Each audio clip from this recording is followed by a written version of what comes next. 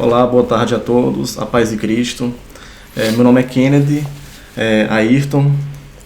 Nós somos apoiadores, eu sou parceiro do canal do irmão Gesley Galvão, Notícias Crente Maranata, e também de outros canais cristãos, como o canal do pastor Carlos Cardoso, João Peixoto e dentre outros. Então, nós iremos hoje fazer um estudo teológico, um estudo bíblico de grande importância, né? Nós iremos estudar a doutrina da soteriologia bíblica. A soteriologia é um ramo da teologia que estuda a salvação, como Deus opera a salvação no homem, no ser humano. Então, nós iremos dividir esse estudo em duas partes, para não ficar muito extenso. Então, iniciando o estudo, certo? Como Deus opera a salvação, que é o título, certo? Nosso estudo. Para iniciar, eu quero ler um texto bíblico, texto de Efésios, carta de Efésios, capítulo 2. Vamos ler aqui o texto, é o nosso texto base, um dos textos base do nosso estudo. E o texto diz o seguinte, Efésios capítulo 2, versículos 8 e 9. Diz: Porque pela graça sois salvos, por meio da fé, e isso não vem de vós, é dom de Deus. Não vem das obras, para que ninguém se glorie. Então, quando o assunto é salvação, soteriologia bíblica, um dos pontos, temos que primeiro entender essa questão de graça. A salvação, ela nos é concedida por Deus pela sua graça. O que é graça no estudo bíblico, no estudo das Escrituras Sagradas? Graça significa favor imerecido. Então a salvação é um presente de Deus. A salvação é um presente de Deus, é concedido unicamente pela sua misericórdia, certo? E voltando aqui para esse texto, há muita informação nesses dois versículos, certo? O texto diz assim: porque pela graça sois salvos através da fé, ou mediante a fé. E isso não vem de vós, certo? Então, somos salvos pela graça de Deus, pelo seu favor imerecido, através da fé, certo? A fé, e essa fé, né, essa fé salvífica, né, ela é um dom de Deus, certo? Ela é um dom de Deus. Nenhum ser humano, a gente não nasce com essa fé, certo? E nós iremos aprofundar mais ao longo do estudo o que significa essa fé salvífica, certo? O que significa essa fé bíblica, essa fé que é operada somente pelo Espírito Santo, certo? Então, somos salvos pela graça de Deus, certo? Mediante a fé em Cristo Jesus, no seu sacrifício, na sua obra redentora. A fé é um dom de Deus, assim como a graça, certo? E um outro ponto aqui que é fundamental nesse versículo, no versículo 9. Paulo disse que não vem de obras. Ou seja, quando o assunto é salvação bíblica, não existe obras. Obras não entram em salvação, certo? Obras, o que são obras? É tudo que o ser humano, tudo que o homem faz, ele possa fazer, certo? Para poder tentar alcançar a salvação eterna, certo? Então, nós iremos aprofundar esses conceitos e veremos que quando o assunto em relação à soteriologia bíblica, certo? As boas obras, a gente não pode mencionar as obras, certo? Primeiro, né? E depois Ayrton vai complementar e aprofundar, né? Primeiro, porque o ser humano não é salvo por obras, né? Porque a salvação é um dom gratuito de Deus, somente Deus, né? A salvação é um ato soberano de Deus. Porque as obras, para o ser humano ser salvo através de obras, de caridade, né? Ou de qualquer outro esforço que ele possa fazer, é necessário que o homem seja perfeito, certo? Então, e ninguém é perfeito, certo? Todos nós pecamos. O próprio Davi já sabia disso, né? Lá no Antigo Testamento, no livro de Salmos 51, versículo 5, Davi diz, na iniquidade eu nasci, né?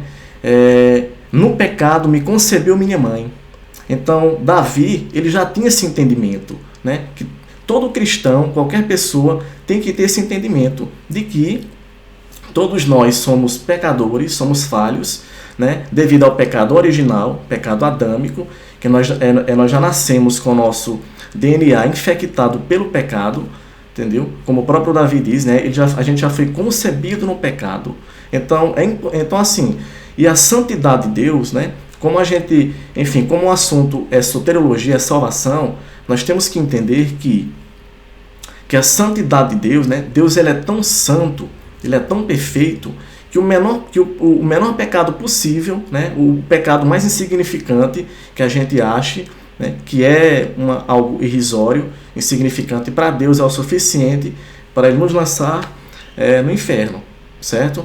Porque a sua justiça, né? A justiça de Deus, a santidade de Deus, requer punição ao pecado, certo? Requer punição ao pecado.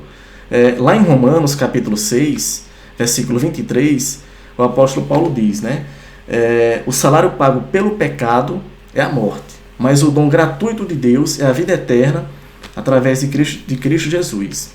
Então, a parte A do versículo, Paulo diz, porque o salário pago pelo pecado é a morte eterna. Então, qualquer pecado que a gente pratique é o suficiente para a justiça de Deus, né? Para Deus, através da sua justiça e santidade, nos punir. Por isso que a salvação é pela graça, é um presente de Deus, né? Não depende, entendeu? É impossível o ser humano, né? É impossível a nós alcançarmos a salvação através do nosso próprio esforço, ok? Enfim, nós iremos ao longo do estudo aprofundar esses conceitos. Ayrton vai agora complementar. Pode falar.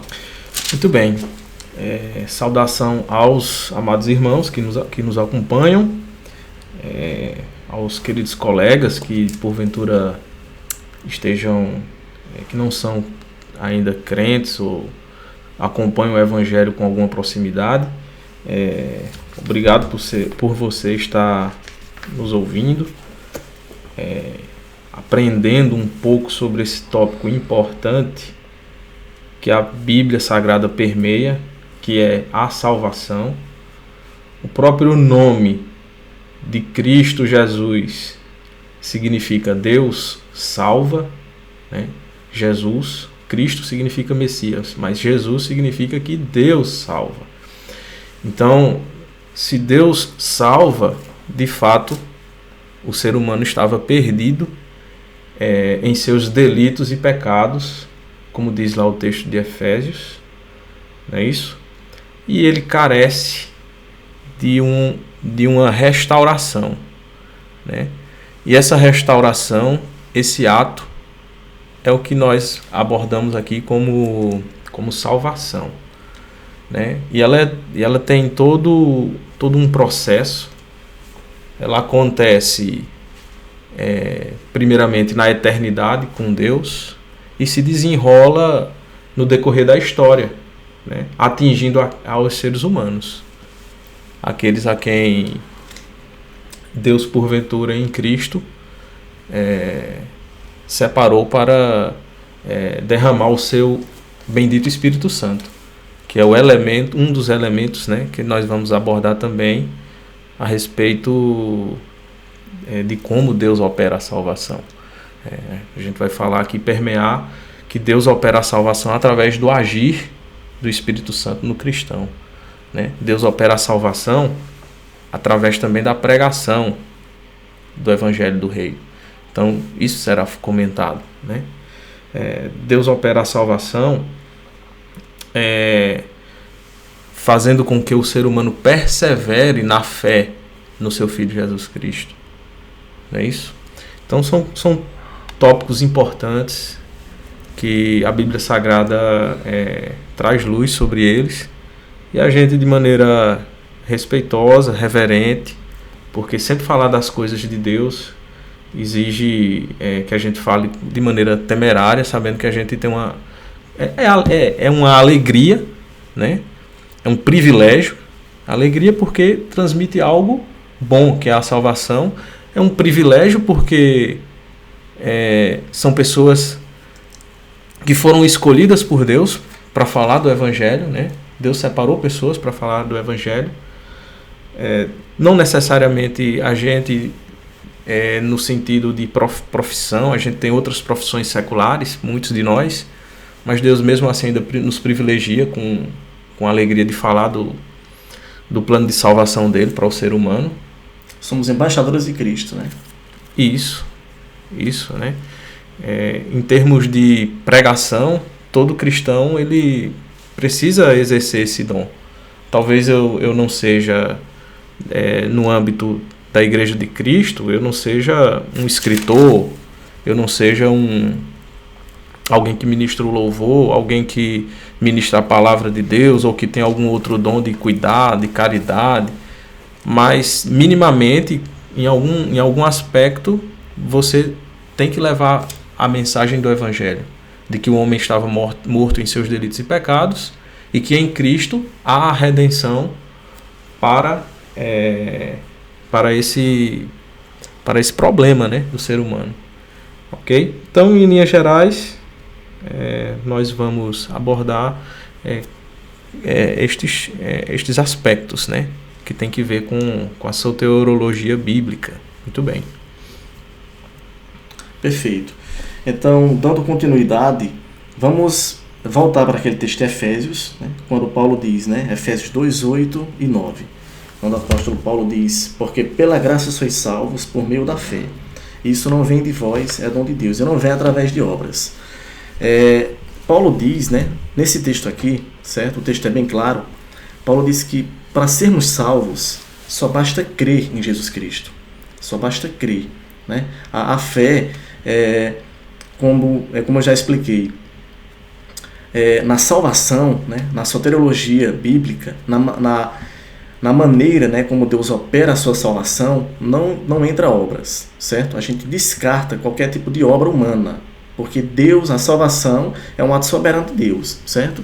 Deus nos salva gratuitamente, né, pela sua graça, pelo seu favor imerecido, pela sua misericórdia, né, para conosco, porque todos nós pecamos, somos falhos, né? Então, mesmo depois que a gente é regenerado, que a gente vai explicar como esse processo ocorre, mesmo depois que a gente é regenerado, que a gente nasce de novo, né, nós continuamos ainda numa luta espiritual, enfim, e ninguém é perfeito, né? Se dependesse de esforço nosso, né, para sermos salvos, seria impossível, né?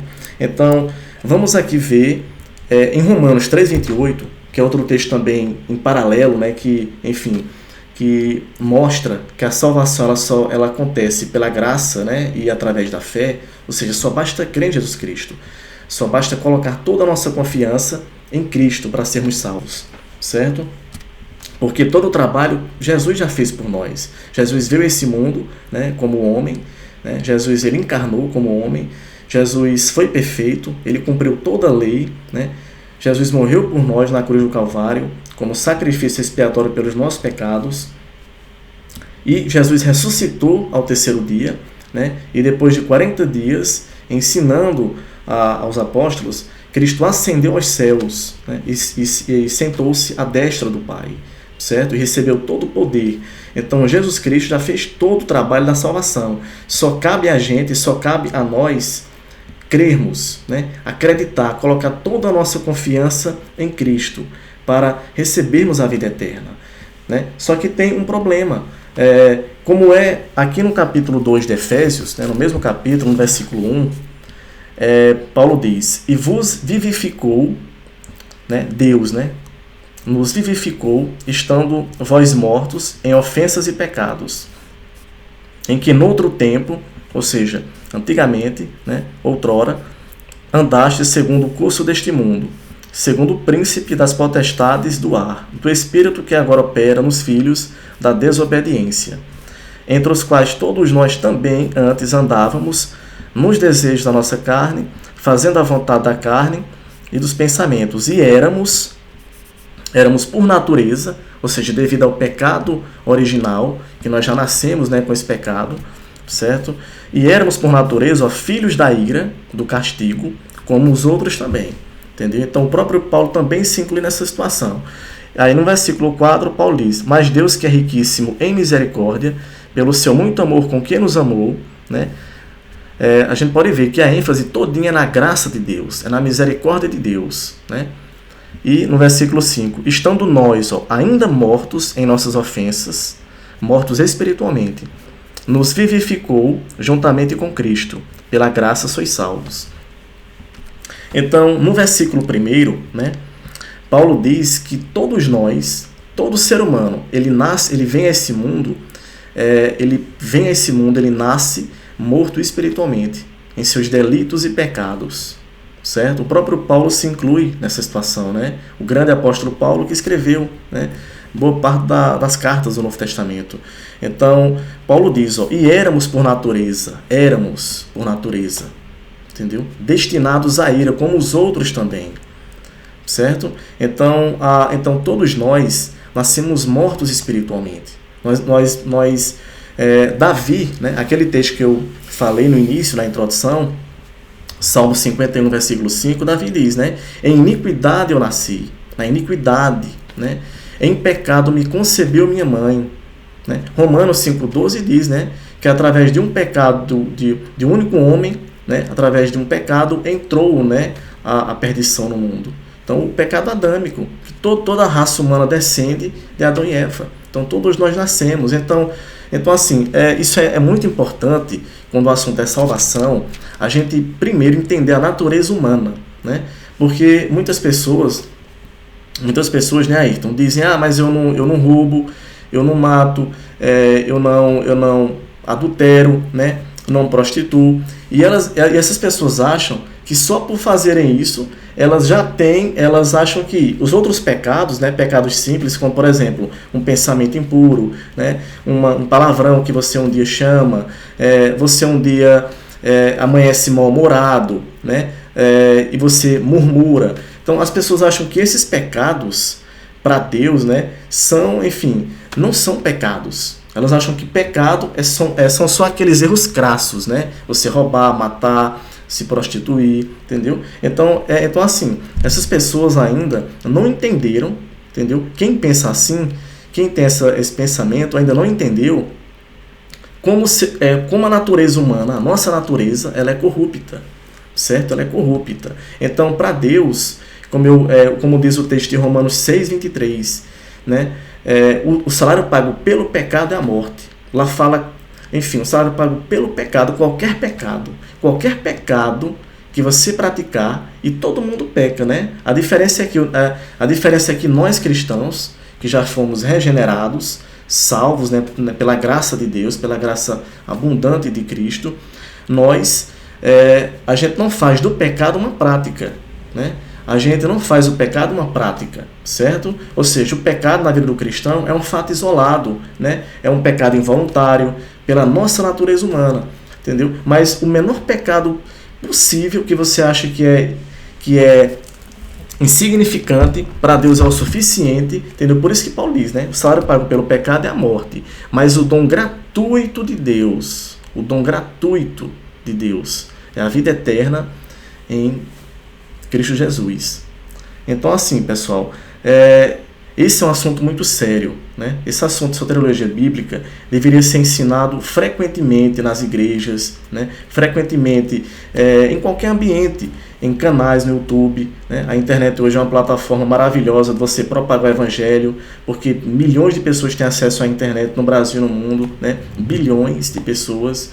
Então, esse assunto deveria ser ensinado regularmente, frequentemente, para as pessoas, né? Porque a gente sabe que Deus, ele opera através da pregação do evangelho, né? Da pregação da verdade. E nós veremos isso no decorrer do estudo, certo? Então, o primeiro ponto, a gente já destacou 2 pontos. Primeiro, a salvação é pela graça, né? Porque todos nós pecamos. Então, Deus, ele derrama a sua graça em nós, a sua graça abundante, maravilhosa, né? Como Paulo diz, né? E Deus nos vivificou, né? Estando vós mortos. Ou seja, se você hoje crê em Deus, né? Você que está nos assistindo, se você hoje crê em Deus, se você hoje tem o Espírito Santo de Deus, já nasceu de novo, saiba que foi pela graça isso, né? E você sabe que foi pela graça.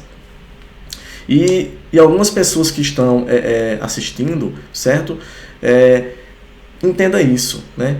Procure entender. Peça a Deus sabedoria, entendimento, para você entender como nós somos falhos, pecaminosos, e nós precisamos da graça de Deus. Nós precisamos da misericórdia do Pai.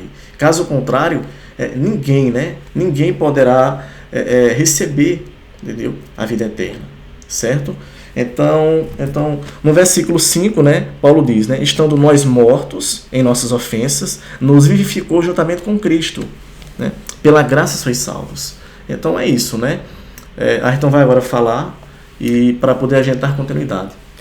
Então, a única religião no mundo que propõe que você não precisa fazer nada em troca para ter algo muito maior daquilo que você poderia imaginar é o cristianismo bíblico, né?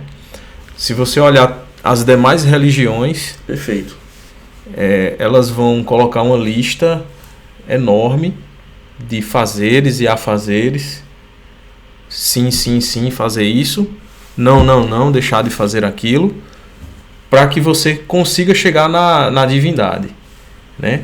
Seja religiões antigas, que até já historicamente deixaram de acontecer na face da Terra, sejam religiões, movimentos religiosos, enfim, filosofias de vida até atuais, né, que são contemporâneas, e elas, meio que você tem que ter muita atitude, fazer muita coisa para poder chegar ao divino. E no cristianismo bíblico verdadeiro, ao contrário, o divino é quem vem até o ser humano. Não é isso? Exato. O próprio Deus, na pessoa do seu Filho Jesus Cristo, ele vem ao ser humano, né, e trabalha na vida do ser humano para resgatar esse ser humano perdido. Não é isso? E isso é um ato de extrema misericórdia, porque, como você frisou, nós infringimos a lei de Deus. E de maneira justa, santa, mais justa, pelo fato do ser humano, representado na pessoa de Adão, que foi um ser real, que existiu. Infelizmente, até já ouvi falar de crentes que não creem na história de Adão. Infelizmente. No Gênesis, né, também. Então, o nosso representante diante de Deus, ele não atingiu o alvo, ele pecou. E esse pecado, esse alvo não atingido, foi disseminado por toda a sua raça. E Deus, de maneira graciosa, amorosa e misericordiosa, ele nos alcançou. Ele poderia muito bem ter aplicado a punição a Adão, além de ter expulsado ele do jardim, como expulsou. Poderia ali muito bem ter, como ele tinha dito, se comeres do fruto, positivamente morrereis. Poderia ter, assim como ele deu a vida, ele poderia ter tirado a vida. Como Jó disse, né? Deus deu, Deus tomou. Jó já entendia muito bem da grandiosidade de Deus a respeito do que acontece na nossa vida. Então, mas de maneira muito misericordiosa, Deus não agiu de acordo com, não quebrando a sua lei, mas ele agiu de maneira misericordiosa, providenciando um redentor para substituir o que aconteceu naquela lei. Então, no cristianismo bíblico, a salvação, então, ela se torna algo que Deus fez ao homem, né?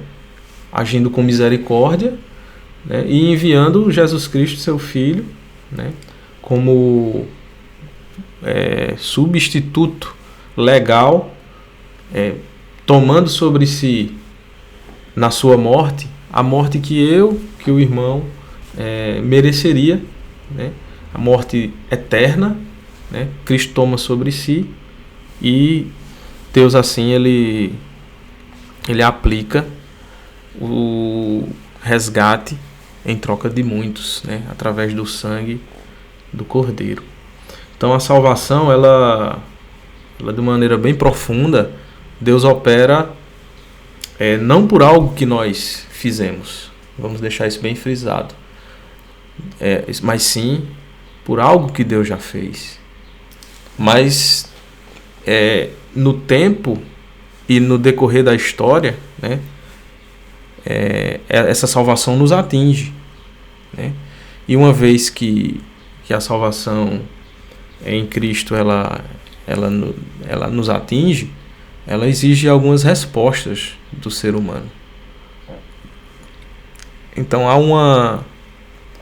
uma postura diferente. Não tem como o ser humano se encontrar com Jesus Cristo e continuar a mesma pessoa de antes. Então ela vai se tornar alguém impactado por tamanha salvação, né? Então a gente pode, à medida que for desenrolando os estudos, né, as nossas falas, a gente vai comentar mais coisas que acontecem quando Deus opera a salvação no ser humano. Certo.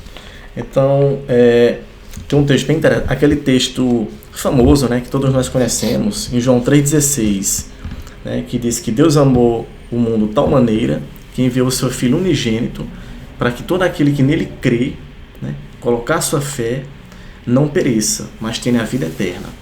Então, a salvação, como a gente está explicando, é somente pela fé, né? Ou seja, Deus opera em nós a sua graça, certo? E nos dá a fé, que é um dom de Deus, como Paulo diz lá em Efésios, capítulo 2, né, versículos 8 e 9. No versículo 1 de Efésios, né, capítulo 2, versículos do 1 ao 6, que eu li, né, o texto diz que todos nós, antes, né, de nos convertermos, né, antes de sermos cristãos, todos nós, todo mundo, né, o próprio Paulo, né, ele se incluiu, né, nessa condição. Todos nós estamos mortos em nossos delitos e pecados. Então, essa é a questão. Se o ser humano ele está morto em seus delitos e pecados, mortos espiritualmente, né, como é que ele vai crer? Né? Como é que ele vai crer se ele está morto espiritualmente? Certo? E aqui em 1 Coríntios, 1 Coríntios capítulo 2, que é outro texto também que mostra que Paulo também escreve, e que é um texto também que tem é um texto que casa, né, com esse texto de Efésios que nós estamos lendo. Então, 1 Coríntios capítulo 2, versículo 14, e vocês podem também anotar esses textos e depois verificarem, certo? Porque, enfim, que sejamos como os irmãos de Bereia, né? Como que Paulo os elogiou, né? Lá em Atos 17, os irmãos examinavam tudo nas Escrituras, né? Eles questionaram Paulo e Silas. Então, temos que, enfim, então anotem esses textos, né? Nos acompanhem, leiam a palavra, porque é a palavra, né? É a palavra de Deus quem opera. Em 1 Coríntios 2,14, Paulo diz assim: ora, o homem natural não compreende as coisas do Espírito de Deus, porque lhes parecem loucura, e não pode entendê-las porque elas se discernem espiritualmente. Então Paulo diz, né, que o homem natural ele não pode entender as coisas do Espírito de Deus. Não pode entender o homem natural. E o que é o homem natural? É o homem que não foi ainda regenerado, né? É o homem que não nasceu de novo. É o homem, né, onde Deus ainda não derramou a sua graça, né? Onde é o homem que ainda não recebeu o dom da fé. E como é que esse dom da fé, como é que Deus nos concede esse dom da fé? Como é que esse dom da fé é operado? Como é que Deus, né, o Criador Todo-Poderoso, a majestade, como é que ele opera esse dom em nós? Lá em João capítulo 3, né, e é um texto também que é importante, né, nós lermos, João capítulo 3, que é aquele diálogo famoso de Cristo, né, com Nicodemos.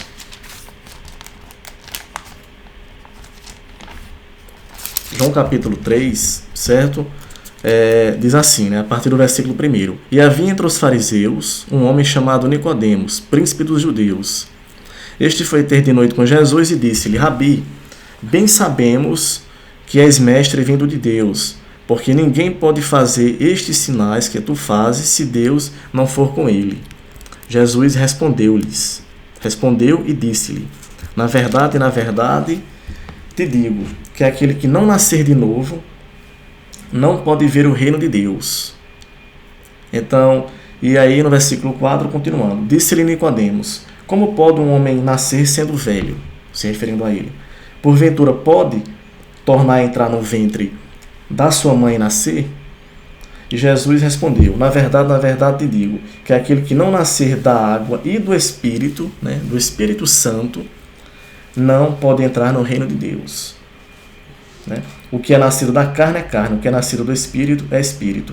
Não te maravilhes ou não te surpreendas de ter dito isso. Necessário vos é nascer de novo. Então, Jesus, né, aqui nesse diálogo com Nicodemos, Jesus disse que é necessário nascer de novo. Ninguém pode entrar no reino de Deus, ninguém pode receber o dom da fé, a vida eterna, se ele não nascer de novo. Nascer da água e do Espírito. Espírito com E maiúsculo, porque é o Espírito Santo. Né? E no versículo 5, Jesus diz, né? Jesus diz: na verdade te digo, né, que aquele que não nascer da água e do Espírito não pode entrar no reino de Deus. Entendeu? Então, assim, o dom da fé, né? Por isso que Jesus diz aqui que é necessário nascer de novo. Né? Vejam só, lá em Efésios capítulo 2, Paulo diz o quê? Que todos nós nascemos nesse mundo mortos espiritualmente, em nossos delitos e pecados. Em 1 Coríntios 2,14, Paulo fala o quê? Que o homem natural, o homem que não foi regenerado, que não foi salvo, ele não pode compreender as coisas do Espírito de Deus, porque ele parece loucura, ele não pode discerni-las, certo? Então, e aí, né, Jesus, por isso que Jesus ensina na palavra, né, que é necessário nascer de novo, é através do novo nascimento espiritual, ou seja, é quando nós temos uma experiência com Cristo, essa experiência com Deus, que nós recebemos o Espírito de Deus, o Espírito do Pai vem habitar em nós, né, literalmente, Romanos 8, 9, Paulo diz, né, que aquele que não tem o Espírito de Deus, esse tal não pertence a ele. Então, o novo nascimento espiritual, sem um novo nascimento espiritual, entendeu? Ninguém pode entrar no reino de Deus, ninguém pode receber a vida eterna, entendeu? Então, assim, e como ocorre esse nascimento espiritual? Como é que ocorre? Será que é só a gente vai se deitar e acontece por osmose? A gente vai se deitar e acorda regenerado? Né? E acorda lavado no Espírito Santo? Não, entendeu? Existe algo, né? E nós veremos, entendeu? Que é o canal que Deus usa, certo? Para operar a sua salvação, para operar um novo nascimento espiritual, que é a pregação do Evangelho. Por isso que Jesus, em Mateus capítulo 28, né, em várias passagens, Jesus diz, né, ide pregar a toda criatura e fazer discípulos em nome do Pai, do Filho e do Espírito Santo, né? E todo aquele que crê. Então, é através da pregação do Evangelho, né? do Evangelho que Deus opera a salvação. Aquela passagem de Romanos capítulo 10, que também é uma passagem que é importante nós lermos aqui ela, que é uma passagem que mostra a importância de pregar o Evangelho, né? A importância de... Esse é o papel fundamental da Igreja de Cristo. Todos os cristãos na Terra, eles são chamados por Deus a pregar o Evangelho. Pregarem, porque é através desse canal que Deus opera o novo nascimento espiritual, né? Que Deus derrama a sua graça. Certo? Eu e Ayrton, nós estamos aqui e na segunda parte desse estudo nós iremos falar um pouco da nossa trajetória como cristãos e nós somos uma prova viva disso, né? Da graça de Deus, da misericórdia abundante de Deus em nossa vida, da importância de se pregar o Evangelho, né? Porque se nós hoje somos cristãos, é porque pessoas, né? Deus usou servos seus, cristãos, para nos evangelizar, para pregar a palavra, para pregar o Evangelho de Cristo, né? Então vamos aqui para Romanos capítulo 10, que para nós entendermos, certo? E levarmos mais a sério também a pregação do Evangelho, certo? Romanos capítulo 10, a partir do versículo 14, Paulo diz assim, do versículo 13, porque todo aquele que invocar o nome do Senhor será salvo, não será confundido, né? Não, o 13 porque todo aquele que invocar o nome do Senhor será salvo. Aí Paulo diz, mas como invocarão aquele em quem não creram? Certo? E como crerão naquele de quem não ouviram? E como ouvirão se não há quem pregue? Certo? Então, como é que as pessoas vão, né? Elas vão crer em Deus, em Jesus Cristo, se ela não foi evangelizada? Né? Se ninguém ensinou para ela a palavra. E aí no versículo 17, né? Paulo diz assim, né? De sorte que a fé vem pelo ouvir, a fé, o dom da fé, que Paulo menciona, né? Lá em Efésios capítulo 2, o dom da fé. E que Judas também no versículo 3 também fala isso, que a fé é um dom de Deus. Então, de sorte que a fé vem pelo ouvir. O ouvir, a palavra de Deus. Então a fé salvífica, né? A fé que é operada pelo Espírito Santo de Deus, que produz mudança de vida, de caráter, certo? Essa fé, ela vem através da pregação do Evangelho, entendeu? Então, a fé vem pelo ouvir a palavra de Deus. Por isso que é importante, por isso que o papel principal da igreja de Cristo aqui na Terra é pregar o Evangelho. E Paulo fala nisso também. Paulo diz, ai de mim se eu não pregar o Evangelho. Entendeu? Ai de nós, né, se não pregarmos a palavra de Deus, se nós guardarmos, né, esse dom que nos foi dado, entendeu? Se nós guardarmos esse conhecimento e esse tesouro, né, esse tesouro que é a palavra de Deus. Então nós temos que, então por isso que a pregação do Evangelho ela é essencial, entendeu? Porque é o canal, é o meio que Deus usa, que Deus utiliza para operar a sua salvação, para operar um novo nascimento espiritual, que Jesus diz lá em João capítulo 3, né? Jesus disse a Nicodemo, é necessário nascer de novo. E como é que as pessoas nasceram de novo? Como foi que eu nasci de novo? Como foi que Ayrton nasceu de novo? Através da pregação do Evangelho, né? Deus usou pessoas para pregarem para a gente o Evangelho, né? Pregarem o Evangelho de Cristo, a mensagem de Cristo, né? Que Cristo veio a esse mundo, né? O Filho de Deus se fez carne, veio a esse mundo, morreu por nós, pagou o preço da nossa redenção, né? Ele pagou o preço porque não era para Jesus estar naquela cruz, era para nós estarmos naquela cruz, pelos pecados que nós praticamos, cometemos, mas Jesus morreu, né? Jesus morreu na cruz para pagar o preço da nossa redenção, né? Para pagar o preço da nossa salvação, certo? Então, por isso que a salvação é somente pela fé. Porque todo o trabalho, Jesus Cristo, Filho de Deus, já fez isso. Todo o trabalho, entendeu? E outra coisa que é importante, né? O novo nascimento espiritual. Nós estamos mortos espiritualmente, né? Nós nascemos nesse mundo na iniquidade, como diz Davi. Nascemos nesse mundo mortos em nossos delitos e pecados, como diz Paulo. E como outras passagens mencionam, né? Romanos capítulo 3 também, versículos 23 e 24. No versículo 10, Paulo diz, né, que não há um justo sequer. Mas não há um justo sequer, né? Todos pecaram e estão destituídos da glória de Deus.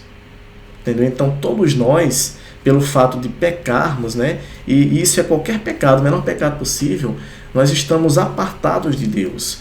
E aí é necessário o quê? E aí foi necessário Jesus vir, morrer por nós, pagar o preço da nossa redenção e, enfim, e aí usar a pregação do Evangelho, a pregação das boas novas, para através dessa pregação, né, Deus operar em nós um novo nascimento espiritual, nos dando vida espiritual, né, nos vivificando espiritualmente, né, e a partir daí, a partir desse momento que a gente nasce de novo, é que a gente passa a crer e que a gente passa a entender as coisas do Espírito de Deus. Por isso que muitas vezes, né, Ayrton, a gente tem pessoas que nós evangelizamos, pregamos, ensinamos a palavra e a pessoa ela não responde ao Evangelho, né? Ela não reage, ela não responde. Por quê? Porque ela está morta espiritualmente. Entendeu? E nós temos que ter esse entendimento. Nós temos que ter essa compaixão com as pessoas e não querer empurrar a goela abaixo, né? Nós temos, nesse caso, o que a gente tem que fazer? Quando a gente prega para um irmão, para um pai, uma mãe, para um amigo, alguém ali próximo da gente, e nós evangelizamos essa pessoa, e essa pessoa não responde ao Evangelho, não é porque ele não quer responder ao Evangelho, é porque ele está morto espiritualmente. Do mesmo jeito que uma pessoa que é uma pessoa que é deficiente auditiva, né? Uma pessoa que é surda, ele não tem capacidade de ouvir uma música, ele não pode ouvir uma música. A mesma coisa é com alguém, é com uma pessoa que não nasceu de novo. Ele não tem como entender a palavra de Deus, né? As coisas de Deus, né? A palavra de Deus, né? A santa palavra do Senhor, a vida eterna, ela é, enfim, eles acham que é loucura, né? E ridicularizam a gente, chamam, entendeu, a gente de louco, entendeu? Por quê? Porque eles estão mortos. Então é necessário nós orarmos por eles, porque nós também estávamos assim, né? Nós também éramos assim. Eu e Ayrton, a gente vai contar na segunda parte do estudo, e, enfim, nós éramos católicos, a gente foi criado no lar católico, depois entramos em uma denominação, em uma seita cristã. Então, assim, a graça de Deus em nós, né, nós somos uma prova disso, da graça de Deus, né? Nós somos uma prova de que, se dependesse da gente estava no mundo, entendeu? Se dependesse de nós estaríamos no mundo, perdidos espiritualmente, entendeu? Se não fosse a graça de Deus, né? Se não fosse a misericórdia do Pai em olhar para a gente e derramar a sua graça, em usar pessoas para nos pregar a palavra, né? Pregar para a gente o Evangelho de Cristo, certo? Com a maior paciência, longanimidade, entendeu? Possível. E aí, para depois de um certo tempo, o Espírito Santo de Deus operar em nós. E nós hoje, né? E todos os cristãos do mundo têm essa obrigação, entendeu? De pregar o Evangelho com toda longanimidade, com paciência, orar também, porque a oração é fundamental, né? A gente orar para que essas pessoas, para que Deus possa regenerar essas pessoas, regenerar, né? Então, muitos que estão nos assistindo, né, e que vão nos assistir, certo? Muitos têm um pai, uma mãe, entendeu? Que não são cristãos, um irmão, um esposo, né, um cônjuge, entendeu? Que não é cristão, entendeu? E muitas vezes você fica querendo empurrar a goela abaixo, mas não é pela força, pessoal. Não é pela força, irmãos. João capítulo 16, Jesus diz que o Espírito Santo, ele é o nosso consolador, é o Espírito da verdade, e é ele quem convence o ser humano do pecado, da justiça e da condenação, do juízo. Então, tudo quem faz é o Espírito Santo. Por isso que Jesus diz, quem é nascido da carne é carne. Quem é nascido do Espírito, Espírito, né, com E maiúsculo, o Espírito Santo é Espírito. Necessário é nascer de novo, entendeu? O seu cônjuge, né, o seu marido, sua esposa, seu pai, mãe, irmão, amigo, ele precisa nascer de novo para poder crer no Evangelho de Cristo e ser salvo, né? Ele precisa nascer de novo para ter a sua vida transformada, entendeu? E ele só vai nascer de novo se você pregar a palavra para ele, pregar o Evangelho de Cristo para ele, com toda longanimidade, paciência, entendeu? E você orar. Temos que orar. A oração ela é fundamental. Temos que pedir que Deus, nós temos que pedir em oração que Deus tenha misericórdia dessas pessoas como teve da gente, né? Ou seja, que Deus derrame a sua graça, o seu favor imerecido, né? O seu riquíssimo amor nessas pessoas como derramou em nós, em todos nós que hoje somos cristãos, certo? Aí então pode dar sequência. Então, o Evangelho, eu já ouvi essa ilustração e gosto de frisá-la, é como se fosse dois mendigos, só que um dizendo para o outro mendigo onde tem a comida, né? Então, você pregar o Evangelho é como você dar essa notícia ao mendigo. É você dizer a ele onde é que você vai ter saciada as necessidades básicas. Então, há uma pretensa necessidade de se pregar o Evangelho. A fé vem pelo ouvir, né? E como ouvirão se não houver quem pregue? Então, o ser humano, ele está morto em seus delitos e pecados, e Deus o eleva a partir do momento em que a voz do Evangelho é dissonada. Então, assim como no texto de Ezequiel, fala da ilustração do vale dos ossos secos, e os ossos secos são recompostos novamente num corpo de carne. Então, o Evangelho pregado, bíblico, né, com fidelidade, com hombridade, com sinceridade, né, ele ele produz isso no ser humano. Ele produz algo semelhante ao que produziu no Vale dos Ossos Secos. É como se o ser humano ali se regenerasse. E ele agora responde a Deus através da fé, que é a ponte usada por Deus para a salvação. Verdade. Então, é muito importante nós, como cristãos, a gente ter sempre isso em mente. A gente ter, nos lugares onde a gente andar, no dia a dia, com as pessoas com quem Deus colocar deu a condição de vivermos ali próxima. E muitas vezes a maioria dessas pessoas são as pessoas de casa, são as pessoas do trabalho, né? Não é simplesmente alguém que você chama para ir para a igreja, para ir a algum que você se direciona em algum local para falar de maneira às vezes aleatória para uma pessoa, né? A pregação do evangelho, ela tem que ser de palavra, de texto bíblico sobre essa grande verdade de que Jesus Cristo veio para nos redimir, e ela tem que ser também de uma pregação de atos, né? de conduta. É uma pregação que tem a ver com o seu jeito de ser, com a sua forma como você age em relação às pessoas. Então, as pessoas irão ver Cristo no modo como a gente trata essas pessoas, trata o outro. Então, esses são elementos que, se pessoas que não são crentes, quando elas começam a observar, né, que há uma coisa alinhada entre a fala e a prática, essas pessoas começam a ver, existe algo de diferente nele, existe algo de diferente nela, e eu quero provar, eu quero ver o que é esse algo de diferente. E a gente pode resumir que esse algo de diferente é o novo nascimento, porque a palavra foi pregada e ela foi frutificada, gerou a fé, gerou a conversão, né? Gerou arrependimento, justificação, né? E a pessoa está perseverando, a pessoa está vivendo uma vida transformada, né? Transformada, totalmente diferente do que ela era antes, né? Uma vida de piedade, de compaixão, né? Então Deus opera a salvação no ser humano com todos esses aspectos.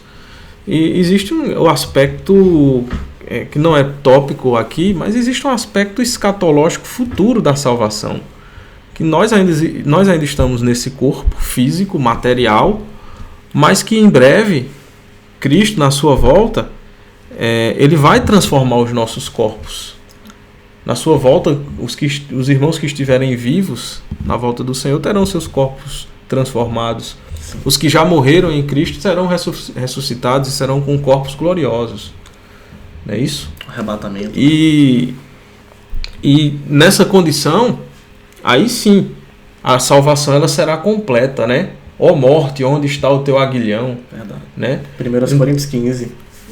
Então, a salvação ela se dá em aspectos passados, como a gente comentou bem no início das nossas falas, né? Com a perca de Adão, ela se dá no presente, quando a gente responde ao Evangelho, não é isso? E ela terá aspectos futuros na volta do Senhor Jesus. Na nossa glorificação. Né? Na glorificação, na volta do Senhor Jesus. Então, é um assunto importante e espero que os irmãos comecem a atentar cada vez mais para isso, né? Aos que são crentes, a pregar, aos que nos ouvem e que, porventura, ainda não despertou, ouça a mensagem do Evangelho, abra o texto bíblico, ouça a pregação e a fala daqueles que estão próximos ao Evangelho e experimente da parte de Deus essa tão grande salvação. Perfeito. A gente falou algo interessante, que é em relação a alinhar, né, a nossa vida, né, a nossa vida com o que nós falamos. A fé, né, a salvação, como nós já vimos, ela acontece unicamente, né, pela fé em Cristo, certo?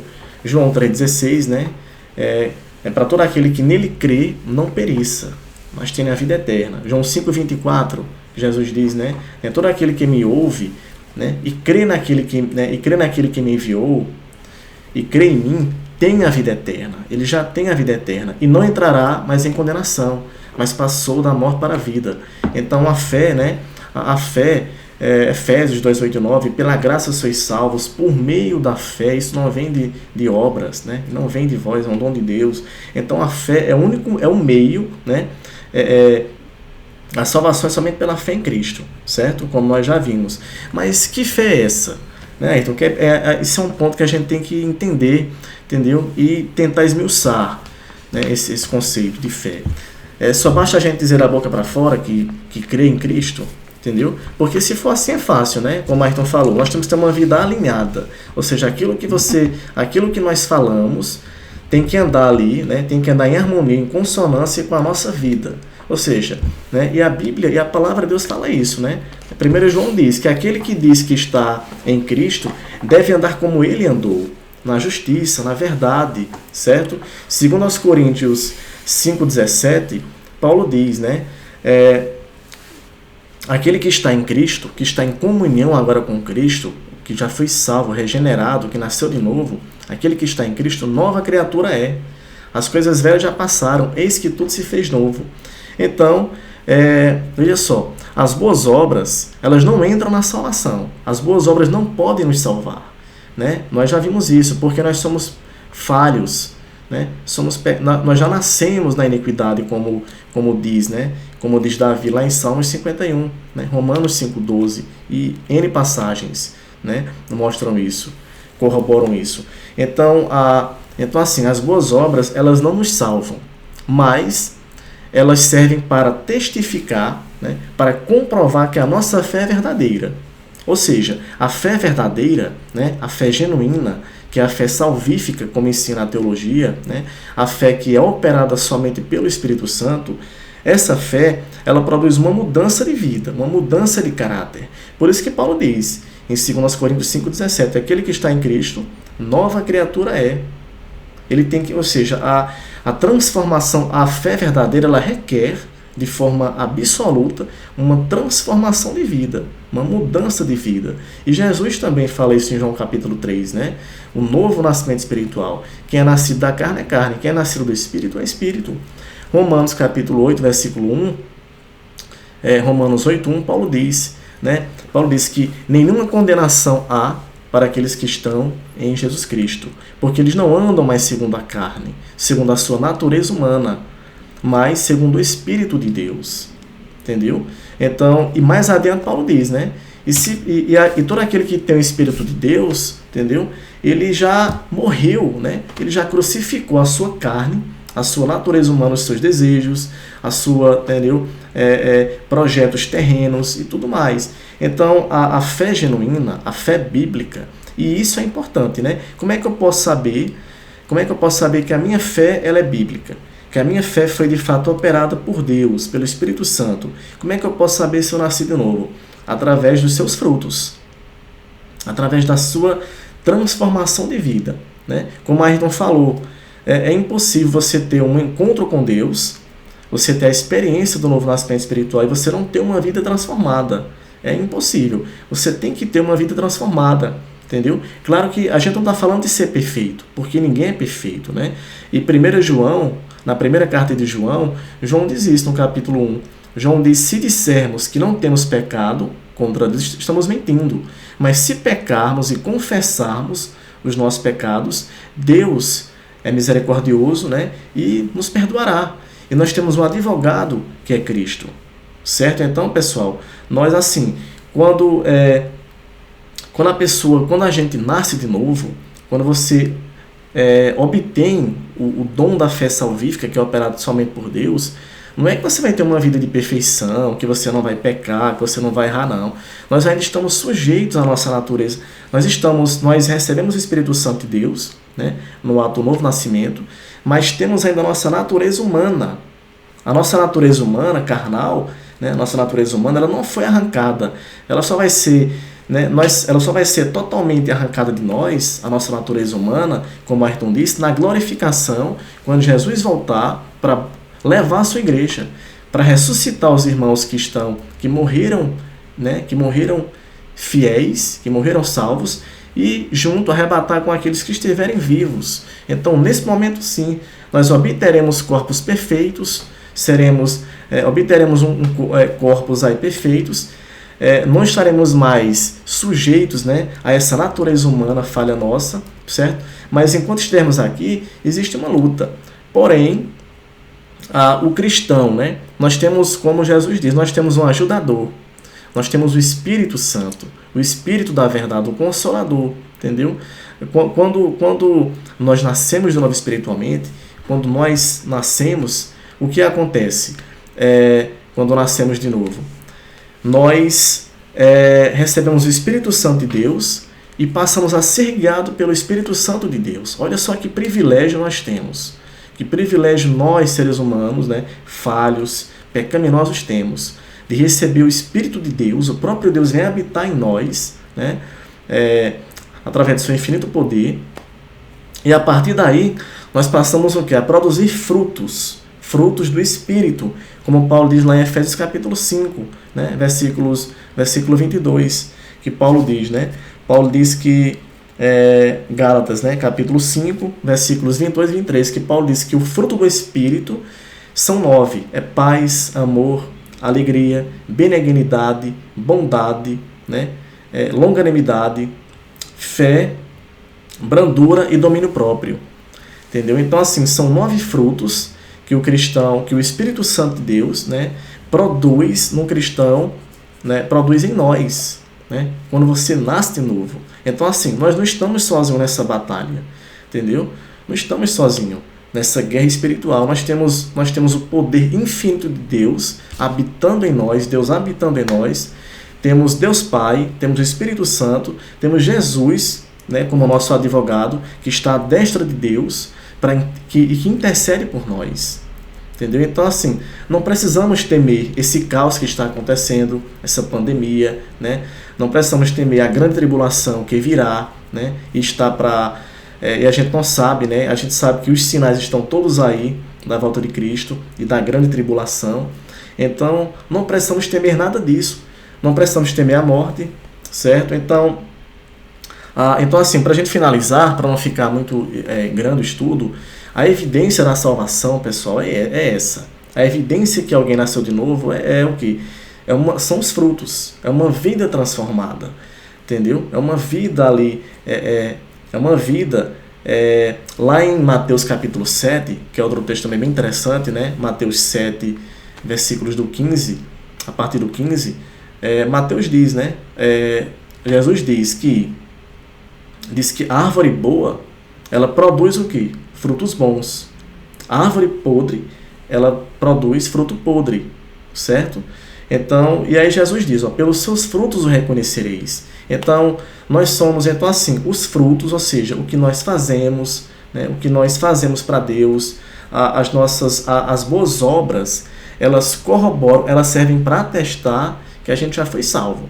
As boas obras, então veja só, as boas obras, elas não nos salvam, mas elas servem para atestar, né, para corroborar que nós já fomos salvos, que nós já fomos libertos do pecado, libertos do poder de Satanás, né, que nós já recebemos uma nova vida em Cristo.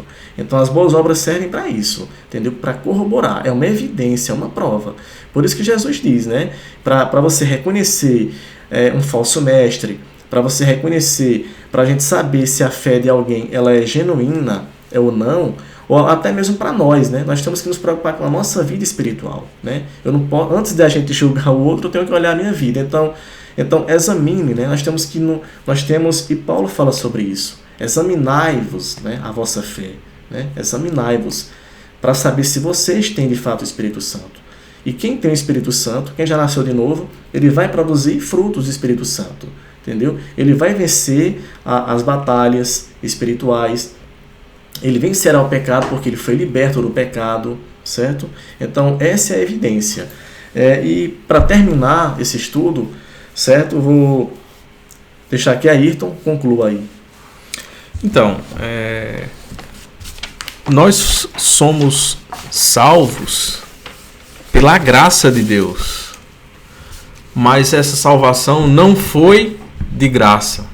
Ela teve um preço muito alto, né? Um custo altíssimo, que foi o Filho unigênito de Deus ter sido enviado, crucificado, né? Entregue a sua vida em resgate de muitos. E Deus aceitou esse resgate. Ele ressuscitou a Jesus Cristo após o 3º dia.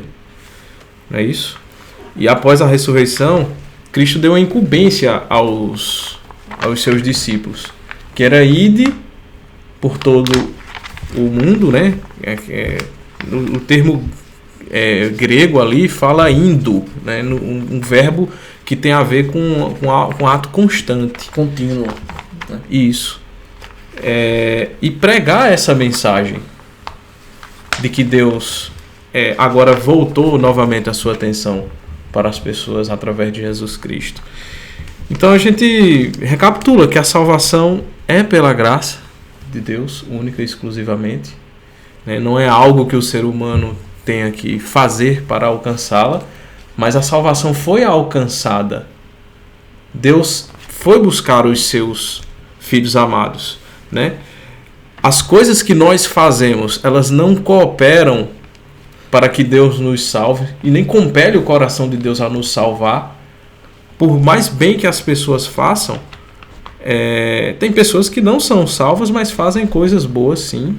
Isso é bom, é necessário também muitas vezes fazermos, mas não é isso que vai fazer com que a pessoa seja salva. Não é algo que ela desenvolve meritoriamente. É algo que senão não seria graça, né? Seria algo em troca, e não há troca. É impossível, né? Devido à nossa pecaminosidade. E uma vez que não é algo que a gente possa fazer, mas é algo que nos atinge através da fé pregada, da fé ouvida, e ela é evidenciada através das nossas atitudes. Porque é como você falou, né? Só uma ressalva. É como você falou. As boas obras, tem pessoas, né? A gente vê pessoas que não são cristãs, entendeu? Elas não nasceram de novo, não creem em Cristo, né? Elas declaram isso abertamente, são espíritas e etc, né? Ateus, entendeu? Que a gente vê pessoas que têm um bom comportamento na sociedade e tudo, mas mas por que essas pessoas elas não serão salvas? Porque, primeiro, elas não nasceram de novo, né? Elas não creem em Cristo, e a gente sabe que a salvação é pela fé, tem que crer, tem que colocar toda a confiança em Cristo, e essa confiança não pode estar em religião, não pode estar em organização religiosa, não pode estar no seu esforço, entendeu? O problema é esse, as religiões, elas ensinam isso, né? Que a gente que só basta praticar boas obras, sendo que as boas obras são impossíveis, né? Por quê? Porque todos nós pecamos. Ou seja, essa pessoa, né? Essas pessoas que acham que só basta ser bom, praticar o bem, ela teria que ser perfeito, como Jesus foi perfeito, como Jesus cumpriu toda a lei, né? Como ninguém é perfeito, entendeu? É aí onde entra a graça maravilhosa de Deus. Pode continuar. Então, então Deus, ele graciosamente nos deu o seu Filho, Jesus Cristo, né, para que a gente se deleite nele, de tão grandiosa salvação. Então não é algo que nós meritoriamente alcançamos, mas é algo que nos alcança. Então, se você está ouvindo esse estudo de hoje, então saiba que Deus, ele conclama no seu coração a ir a Jesus Cristo, a se refugiar em tão grande salvação que há no seu Filho. A palavra de Deus diz que nós nascemos mortos em nossos delitos e pecados. Então nós quebramos a lei de Deus muitas vezes com os nossos pensamentos, com os nossos atos, com as nossas palavras, com as nossas omissões. Então, por um único pecado, de desobediência, Adão foi punido. E eu, muitos irmãos, muitos mais pecados nós não cometemos? Com qual justiça Deus não tem todo o direito de nos punir? Mas agora nós não queremos que Deus nos olhe em Adão. A gente agora quer que Deus nos olhe em Jesus Cristo. Que o olhar de Deus sobre nossa vida seja o olhar que Ele tem quando olha para seu Filho. E o seu Filho pregado na cruz do Calvário, Ele nos redime. Deus agora, de maneira graciosa e amorosa, conclama para que a gente creia. Creia que Jesus Cristo já veio e já operou tão grande salvação. Então, meus amados irmãos, que a gente possa, em nosso coração, em nossa vida pessoal, nossa vida comunitária, possa tomar sobre si, receber tamanha salvação que há no nome do Filho de Deus, Jesus Cristo. Amém. Muito bem, perfeito. Então assim, perfeito. Só para a gente encerrar, para os irmãos que já nasceram de novo, que já foram regenerados, que creem em Cristo verdadeiramente, louvem a Deus, preguem a palavra, entendeu? É urgente, né? Nós estamos aí na iminência aí, né, de grandes mudanças, né? Na iminência, estamos vendo aí os eventos geopolíticos, né, escatológicos, o cenário mundial como está. Então, se você já nasceu de novo, se você já experimentou, né, já passou pelo novo nascimento espiritual, louve a Deus e agradeça a Deus, né, pregando o Evangelho, né, para que mais pessoas possam também receber essa graça que você recebeu, né, que nós recebemos. E se você ainda não entende, né, essa, né, como Ayrton falou, né, essa obra redentora maravilhosa de Cristo na cruz, se você não foi desperto ainda, né, espiritualmente, né, para entender as coisas do Espírito Santo de Deus, para entender, né, a vida eterna, se você não ama a Cristo, né, se você não ama a Cristo, não ama a Deus, ore, né, ore ao Senhor, no seu íntimo, entendeu? No seu quarto, clame a Deus pedindo compaixão, né? Clame a Deus pedindo misericórdia, entendeu? Ore ao Senhor, certo? E Deus, Ele vai ouvir a sua oração, entendeu? Deus é misericordioso, né? Misericordioso. Então, não importa a vida que você tenha levado, o que você tenha feito, entendeu? Saiba que ninguém merece ser salvo. A salvação é um dom imerecido, né, que Deus nos concede. Então, independente da sua vida, o que você fez, da onde você está agora, se você está distante do Senhor, entendeu? Clame ao Senhor, peça misericórdia, reconheça a sua pecaminosidade, reconheça que nós, né, reconheça que que todos nós somos pecadores, somos falhos, que precisamos do poder de Deus, da misericórdia de Deus, da graça de Deus, para termos uma nova vida em Cristo, certo? Então, Deus abençoe a todos e obrigado. Amém, obrigado. Amém. Ficou bom.